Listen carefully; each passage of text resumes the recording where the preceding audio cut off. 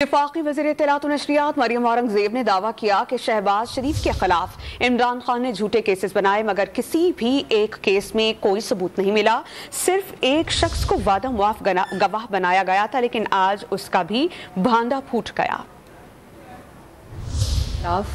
जितने केसेस इमरान खान साहब ने बनाए और उसके साथ उन्होंने तमाम वो सबूत इकट्ठे करने शुरू कर दिए और उनको मिला कौन था? सिर्फ एक शख्स जिसको वादा माफ गवाह बनाया था, इसरार सईद साहब, जो सलीम शहजाद साहब डीजी नैब लाहौर ने बनाई थी।